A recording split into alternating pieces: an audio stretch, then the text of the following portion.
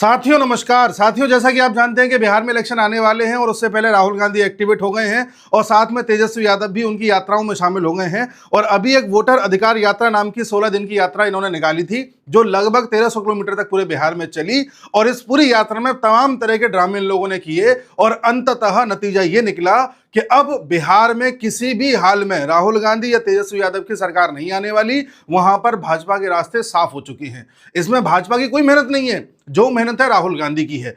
किस प्रकार से है, क्या क्या वो घटनाएं हुई जिससे सुनिश्चित हो जाता है कि अब बिहार में बीजेपी आसानी से जीत जाएगी, उन सभी के बारे में डिस्कस करेंगे। लेकिन उससे पहले यह भी जानिए कि जब ये पूरी वोटर अधिकार यात्रा चल रही थी तो इसमें सिर्फ राहुल गांधी मेहनत कर रहे थे ऐसा नहीं है, एक मीडिया का वर्ग भी मेहनत कर रहा था, कुछ यूट्यूबर्स भी मेहनत कर रहे थे, कुछ ऐसे पत्रकार, कुछ ऐसे यूट्यूबर जो खुद को निष्पक्ष कहते हैं, और कुछ ऐसे लोग भी हैं जिन्हें निष्पक्ष होने में बड़ा मजा आता है। इस निष्पक्षता की असलियत देखिए तो आपको पता चल जाएगा कि ये लोग मीठी मीठी बोली बोल करके निष्पक्ष होने का सिर्फ नाटक करते हैं। दरअसल ये किसी का कैंपेन चला रहे होते हैं, किसी के लिए काम कर रहे होते हैं। किस प्रकार से, आप खुद देखिए। ये है रवीश कुमार जी। रवीश कुमार जी ने तमाम वीडियोस में इस पूरी यात्रा की सिर्फ और सिर्फ तारीफ करी और यह बताने की कोशिश करी कि बेफिक्र राहुल, परेशान बीजेपी।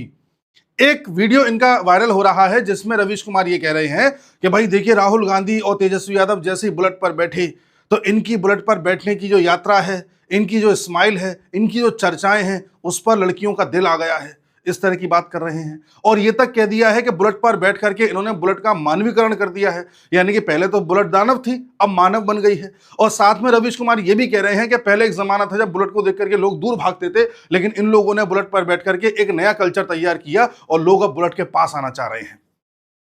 अब इस तरह की जो भाषा का प्रयोग किया जा रहा है, क्या यह आपको निष्पक्ष पत्रकारिता दिखती है? आप इनके लगातार वीडियोस देख लीजिए, कोई भी वीडियो देख लीजिए, आपको ऐसा लगेगा वोट चोरी का दाम 10,000, एटम बम के बाद हाइड्रोजन बम।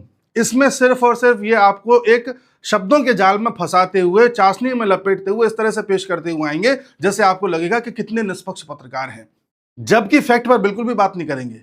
लेकिन हम इस वीडियो में फैक्ट पर बात करेंगे और फिर आप निष्कर्ष निकालिएगा क्या सच्चाई है और क्या झूठ है। तो देखिए, राहुल गांधी और तेजस्वी यादव मिलकर के ये यात्रा निकाल रहे थे। कई बार ट्रक में जाकर के यात्रा निकल रही है, कई बार बाइक पर निकल रही है, कई बार मंचों से रैलियां हो रही हैं। तो इस पूरी कहानी में राहुल गांधी ने क्या किया, अपनी तरफ से दो लोगों का इस्तेमाल किया। एक है पप्पू यादव, जो कि पहले अपनी एक अलग पार्टी लेकर के चलते थे, लेकिन पिछले साल जब लोकसभा के चुनाव हुए थे तो पप्पू यादव की पार्टी ने खुद को कांग्रेस में मर्ज कर लिया। और जब ये मर्ज हो गई तो उसके बाद में कांग्रेस ने पप्पू यादव को टिकट नहीं दिया। तो पप्पू यादव फिर निर्दलीय लड़े और पूर्णिया से सांसद बने। बिहार में जगह है पूर्णिया, वहां से पप्पू यादव हमेशा सांसद बनते हैं और इनकी अच्छी खासी पकड़ है, जमीनी स्तर पर बहुत ज्यादा इनकी पॉपुलैरिटी है। और पिछले साल तो इनको हराने के लिए कांग्रेस, जेडीयू, आरजेडी, बीजेपी सभी ने कोशिश कर ली, लेकिन फिर भी इनको पूर्णिया में हरा नहीं पाए। तो इनका एक अच्छा खासा वहां पर फेम है, लोग इनको पसंद करते हैं और इनको वोट भी देते हैं। तो राहुल गांधी को यह पता है कि इनका इस्तेमाल कैसे करना है। उधर तेजस्वी यादव को देखें तो तेजस्वी यादव इनसे बचना चाहते हैं, क्योंकि उनके पिताजी लालू यादव का मानना ऐसा है कि ये भी यादव हैं, वो भी यादव हैं, अगर इनको ज्यादा उठाया तो कहीं ऐसा ना हो कि यादवों के वोट बढ़ जाएं। और साथ ही तेजस्वी यादव ये भी जानते हैं कि समय समय पर इनका और उनका 36 का आंकड़ा रहा है। इन्होंने कई बार इंटरव्यूज में बोला भी है कि अगर तेजस्वी यादव लालू यादव के बेटे ना होते तो उनको कोई पूछता भी नहीं। इन्होंने ये भी कहा कि तेजस्वी यादव होते कौन है कि मुझे रैली में शामिल करें ना करें, मंच पर चढ़ाएं ना चढ़ाएं, जब वो पैदा भी नहीं हुए थे तब से एमएलए हूं मैं। इस तरह की बातें तेजस्वी के लिए कहते आए हैं। तो इस प्रकार का इनका आंकड़ा तेजस्वी से रहा है। हालांकि कांग्रेस से भी खफा थे, लेकिन अब चूंकि इनको पता है कि कैसे भी सत्ता में आना है, कैसे भी अपने आप को वैलिड करके रखना है, तो ऐसी स्थिति में इन्होंने राहुल गांधी की तारीफें करना स्टार्ट कर दिया था और समय समय पर राहुल गांधी के बारे में अच्छी अच्छी बातें कहने लगे कि राहुल गांधी जैसा इंसान मैंने नहीं देखा और न जाने क्या क्या। परंतु राहुल गांधी ने इसके बदले में इनको क्या दिया? अभी जो ये इनकी वोटर अधिकार यात्रा चल रही थी, ये यात्रा पटना की रैली के साथ खत्म हुई है, यानी अंत में एक रैली करी गई पटना में और इस रैली में तमाम तरह के विपक्ष के नेता थे। राहुल गांधी, तेजस्वी यादव, झारखंड के मुख्यमंत्री, छोटे से लेकर बड़ा नेता जो भी अवेलेबल हो सकता था, सभी को मंच पर जगह दी गई थी। लेकिन उस मंच पर पप्पू यादव को जगह नहीं दी गई। अच्छा, ये जो प्रकरण है ये भी कैसे हुआ है, देखिए। पप्पू यादव को समय समय पर इन लोगों ने इग्नोर किया। देखिए, कई सारी खबरें आती हैं। पहले भी एक खबर बड़ी वायरल हुई थी कि पप्पू यादव और कन्हैया कुमार को राहुल गांधी के साथ ट्रक पर चढ़ने से रोका गया। जो यात्रा में ट्रक वगैरह चल रहे थे, इन पर चढ़ने से रोका गया था। पप्पू यादव को कोई भी मंच इससे पहले नहीं दिया गया, ना ट्रक पर चढ़ने दिया गया, ना किसी रैली में शामिल होने दिया गया। लेकिन जैसे ही इनका जो काफिला है पूर्णिया पहुंचा था, तो पूर्णिया में तुरंत इनको ट्रक पर चढ़ा लिया था और पप्पू यादव को ही मेन फ्रेम में रखा गया था। और जब तक इनका काफिला पूर्णिया में रहा, राहुल गांधी और तेजस्वी का, तब तक तो पप्पू यादव को ये लोग साथ रखे, और जैसे ही पूर्णिया से आगे बढ़ गए तुरंत पप्पू यादव को नीचे उतार दिया। और फाइनली जब पटना में पहुंचे, तो पटना में पहुंचने के बाद इनको मंच पर भी जगह नहीं दी गई, और फिर बाद में ये कुर्सी डाल करके नीचे कहीं बैठ गए थे और इस तरह से मायूस दिखे जैसे कोई बीमार व्यक्ति बैठा हुआ है। बीमारी से याद आया कि आजकल बीमारियां काफी बढ़ गई हैं, लोगों का पता नहीं कब कौन बीमार हो जाए, कब किसको अस्पताल जाना पड़े, और ऐसी स्थिति में लोगों के पास पैसे की कमी होने के कारण अच्छे अस्पताल में इलाज कराने की फैसिलिटी उपलब्ध नहीं हो पाती है। तो आप भी अगर किसी प्रकार के ऐसे संकट से बचना चाहते हैं या अपने परिजनों को बचाना चाहते हैं, तो आज ही एक हेल्थ इंश्योरेंस करा लीजिए, जिसमें आपको मात्र 300 से 400 रुपये महीने खर्च करने पड़ेंगे और आपको लाखों रुपए तक का कवर मिल जाएगा, वो भी बड़े से बड़े अस्पतालों में। तो आपको किसी प्रकार की कोई टेंशन नहीं पालनी पड़ेगी कि इस अस्पताल में मेरा इलाज कैसे होगा, इतना खर्च हम कैसे उठाएंगे, वो सब इंश्योरेंस कंपनी देख लेती है। मैंने अपने डिस्क्रिप्शन में एक लिंक दिया है, अपने कमेंट सेक्शन में भी एक लिंक दिया है, उस पर क्लिक करके आप ऐसे कई सारे प्लान्स को कंपेयर कर सकते हैं जो आपको अच्छे दाम पर अच्छा ऑफर कर रहे हैं। तो जल्द से जल्द इस कवर को लेकर के अपने फ्यूचर को सिक्योर रखिए और किसी भी प्रकार के फाइनेंशियल संकट से बच के रहिए, और अपना ख्याल भी रखिए, भगवान ना करे कि आपकी हेल्थ को कुछ हो। तो आगे बढ़ते हैं। इनकी हेल्थ के बारे में हमने बात कर ली, अपनी हेल्थ के बारे में बात कर ली। तो जिस प्रकार से इनको कल साइडलाइन कर दिया गया, इनको अब कोई पूछ ही नहीं रहा, इससे साफ साफ जाहिर है कि राहुल गांधी और तेजस्वी यादव दोनों मिलकर के इनका सिर्फ और सिर्फ इस्तेमाल कर रहे थे, क्योंकि इनकी पकड़ है जमीनी स्तर पर, और जहां इस्तेमाल करना था वहां किया, जहां डंप करना था वहां डंप कर दिया। ये राहुल गांधी ने और तेजस्वी यादव ने पप्पू यादव के साथ किया। ऐसा ही कन्हैया के साथ किया। कन्हैया वैसे तो वो एक बर्बाद आदमी है, लेकिन फिर भी उसका उपयोग करना चाह रही थी कांग्रेस। लेकिन लालू यादव जानते हैं कि कन्हैया युवा हैं, अगर वो ज्यादा पॉपुलर हो गए तो कहीं ऐसा ना हो कि तेजस्वी यादव को कोई ना पूछे। तो ऐसी स्थिति में लालू के प्रेशर के कारण कन्हैया को भी इग्नोर किया गया लगातार। तो मैं कहना क्या चाह रहा हूं, मैं कहना यह चाह रहा हूं कि बिहार में जो ये विपक्षी दल हैं, इनमें आपस में इतनी फूट है कि ये मिलकर के एक दूसरे का समर्थन कर ही नहीं पा रहे हैं, एक ट्रक में एक मंच पे साथ नहीं आ पा रहे हैं। तो अपने वोटर को या अपने जितने भी जमीनी स्तर पर कार्यकर्ताएं हैं, उनको कैसे ये समझाएंगे कि तुम सबको मिलकर के जनता को ये आग्रह करना है कि वोट डालने आए। अगर किसी भी पार्टी को किसी भी जगह पर जीतना होता है, तो सबसे पहले अपने कार्यकर्ताओं में विश्वास दिलाना होता है कि हम सब एक हैं और हम सबको जी जान लगानी है पार्टी को जिताने के लिए। उसके बाद यही कार्यकर्ता वोटर लोगों से मिलते हैं और उनसे आग्रह करते हैं कि आप आइए और वोट दीजिए, किसी को भी दीजिए। लेकिन जब वोटर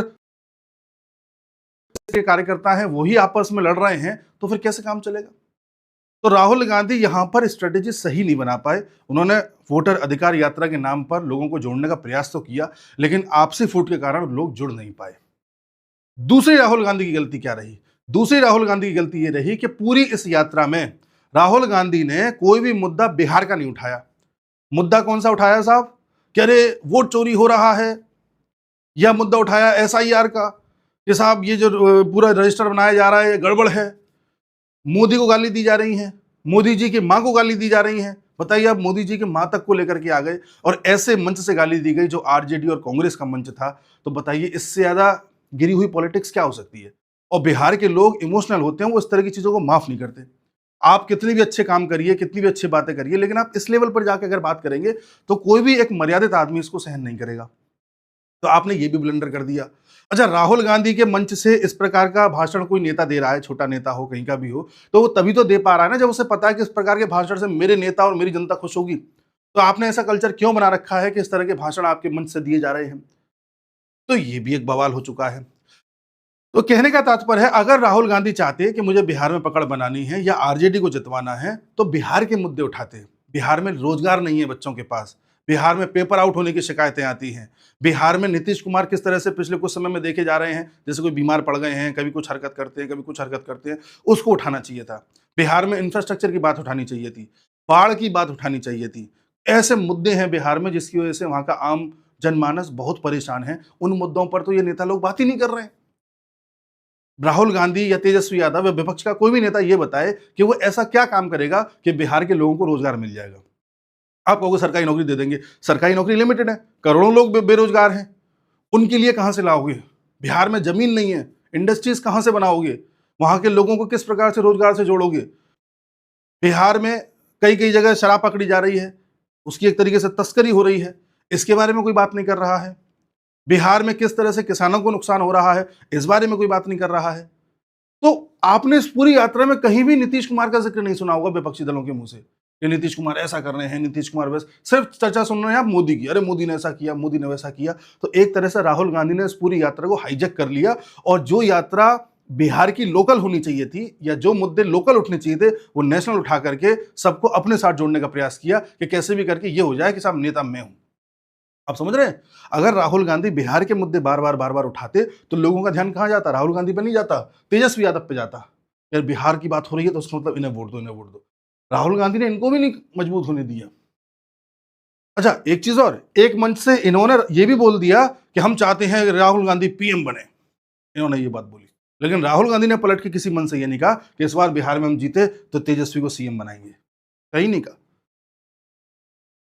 तो आप ये देखिए कि उस लोकल इलेक्शन को, मतलब जो स्टेट का इलेक्शन है, उसको एक नेशनल इलेक्शन की तरह राहुल गांधी ने बनाने की कोशिश करी और अपनी छवि को सुधारने की कोशिश करी, वनस्पत इसके कि तेजस्वी को आगे करते या किसी और नेता को आगे करते। तो इस तरह से पूरा इलेक्शन हाईजैक करने का प्रयास किया। इसीलिए मैं कह रहा हूं कि इन सब हरकतों से बीजेपी के रास्ते साफ हो रहे हैं वहां पे। मैं ऐसा इसलिए नहीं कह रहा कि बीजेपी कुछ विरला काम कर रही है ना, ये लोग ऐसे काम कर रहे हैं कि जिसकी वजह से बीजेपी को फायदा हो रहा है। और इधर वो पत्रकार हैं जिनकी हमने चर्चा करी, पत्रकार पीछे हट नहीं रहे हैं, ये देखिए। तो अब जनता, जो भी दर्शक लोग हैं, वो सब ये जाने कि किस तरह से एक पूरा का पूरा कैंपेन चलाया जाता है और उस कैंपेन में कौन कौन लोग शामिल होते हैं। राहुल गांधी भी जो ये कैंपेन चला रहे हैं ना बिहार वाला, इसमें उद्देश्य बिहार नहीं है उनका। मैं फिर बता दे रहा हूं, कितनी सीटें जीत लेंगे बिहार में? राहुल गांधी की या कांग्रेस की कितनी पकड़ है बिहार में? नहीं, कुछ भी। जो कुछ है आरजेडी की है या फिर विपक्षी दलों की है, जेडीयू की या पासवान साहब की या आपके बीजेपी की, इनकी है। राहुल गांधी दरअसल बिहार को एक जमीन मान के वहां से शुरुआत करना चाह रहे हैं और ये चलते चलते आगे बढ़ेंगे। अभी बंगाल भी जाएंगे, वहां भी करेंगे। बंगाल में भी देखना इसी तरह से रैली करेंगे जैसे बिहार में करिए। इनका मुख्य लक्ष्य है असम, क्योंकि जीतने बिहार में भी नहीं है, जीतने बंगाल में भी नहीं है। वहां ममता बनर्जी वर्सेस बीजेपी है। इनको जीतने की जो थोड़ी बहुत उम्मीद नजर आ रही है वो असम में आ रही है, जो अगले साल चुनाव है। तो ये असम की जमीन तैयार कर रहे हैं अभी से। ऐसे मुद्दे उठाओ, ऐसे मुद्दे उठाओ कि बाद में असम में फायदा हो। और आप देखना राहुल गांधी या ये विपक्षी दल इन मुद्दों को उठाते उठाते ले जाएंगे हिंदू मुसलमान पे। क्योंकि असम में जो सबसे बड़ी दिक्कत है वो यही है कि वहां पर जो बांग्लादेशी घुसपैठिए आ गए हैं या रोहिंग्याज आ गए हैं, उनको किस प्रकार से वहां से भगाया जाए। सरकार चाहती है कि उन्हें भगाया जाए, ये उस तरह से माहौल बनाएंगे कि यही एक मुद्दा बनेगा, आप देखना। तो असली खेल असम है। और बिहार में किस तरह से क्या हुआ है हम बता चुके हैं। बाकी अभी बिहार में प्रशांत किशोर भी आ गए हैं जन स्वराज पार्टी लेकर के, तो वो भी वोट काटेंगे। उम्मीद जताई जा रही है कि आरजेडी की ज़्यादा काटेंगे। ठीक है साहब। और कई सारे पुराने वीडियोस आरजेडी के वायरल हो रहे हैं, जिसमें किस तरह से जब आरजेडी का शासन हुआ करता था, लालू का शासन हुआ करता था, तो किस तरह से करप्शन था, किस तरह से मारपीट थी, दंगई थी, किस तरह से वहाँ पर एक जंगल राज था। वो सब भी अब लोगों के सामने आ रहा है, क्योंकि जिस समय पर लालू का शासन रहा करता था उस समय पर कई लोग पैदा भी नहीं हुए थे। तो वो जो वोटर बन चुके हैं उन्हें दिखाई दे रहा है कि अरे ये शासन दोबारा नहीं आना चाहिए। तो ये भी एक चीज़ काम कर रही है, जिसकी वजह से लोग हो सकता है जनस्वराज पार्टी को वोट देकर के आए।